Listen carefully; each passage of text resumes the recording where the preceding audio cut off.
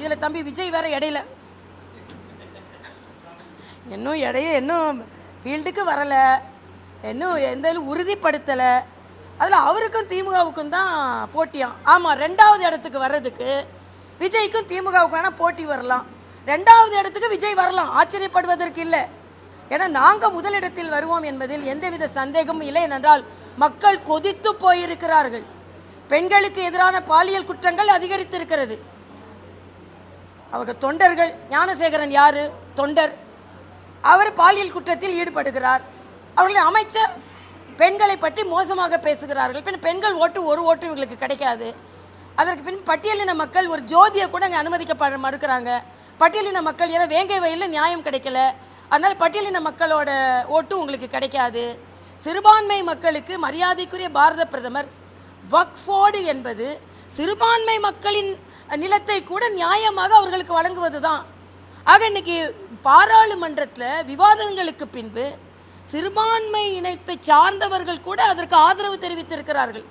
ஆனால் இன்னைக்கு இவங்க ஒரு வழக்கு போடுறீங்க. ஆக எல்லாமே நீங்கள் அரசியலுக்காக செய்து கொண்டிருக்கிறீர்கள். பாரதிய ஜனதா கட்சி அவசியத்திற்காக செய்து கொண்டிருக்கிறது. அதனால்தான் நேற்று நான் மரியாதைக்குரிய அண்ணன் நயினார் நாகேந்திரன் அவர்கள் பதவியேற்றவுடன் ஒரு பதவி போட்டு தமிழகம் தாமரையின் பக்கம் வர வேண்டும் என்பது மோடி என்ற நரேந்திரனின் கனவு. அதை மாநில தலைவர் நாகேந்திரன் அவர்கள் நிறைவு செய்வார் என்றும் போட்டேன். அதே மாதிரி தாமரை குளத்தில் வட்ட இலையோடு வளரும், தமிழகத்தில் இரட்டை இலையோடு தாமரை மலரும். அதை இந்த புத்தாண்டில் நாங்கள் சபதமாகவே ஏற்று நிச்சயமாக அதற்காக பாடுபடுவோம். தமிழகத்தில் 2026 எங்கள் வசம் என்பதை நான் தெரிவித்துக் கொள்கிறேன்.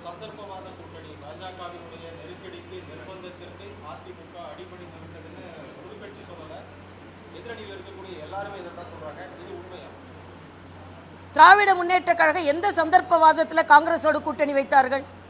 அண்ணன் திருமாவளவன் இலங்கையில் தமிழர்கள் கொல்லப்பட்டதை எதிர்த்து கொண்டிருந்தவர், காங்கிரஸ் தான் அதை செய்தது என்று சொல்லிக் கொண்டது. எந்த சந்தர்ப்பத்தில் இன்று காங்கிரஸோடு திராவிட முன்னேற்ற கழக கூட்டணியில் இருக்கிறார்?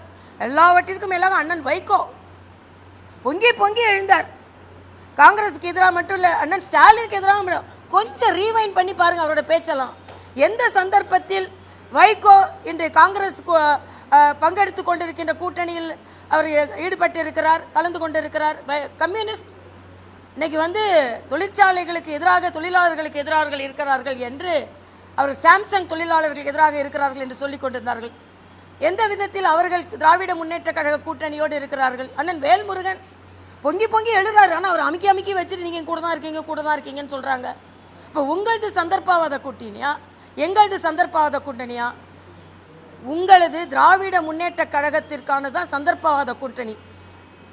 அதிமுக பாஜக உள்ளிட்ட கட்சிகளோடு இணைந்திருப்பது சந்தர்ப்பவாத கூட்டணி அல்ல, இந்த சந்தர்ப்பத்திற்கு ஏற்ற கூட்டணி.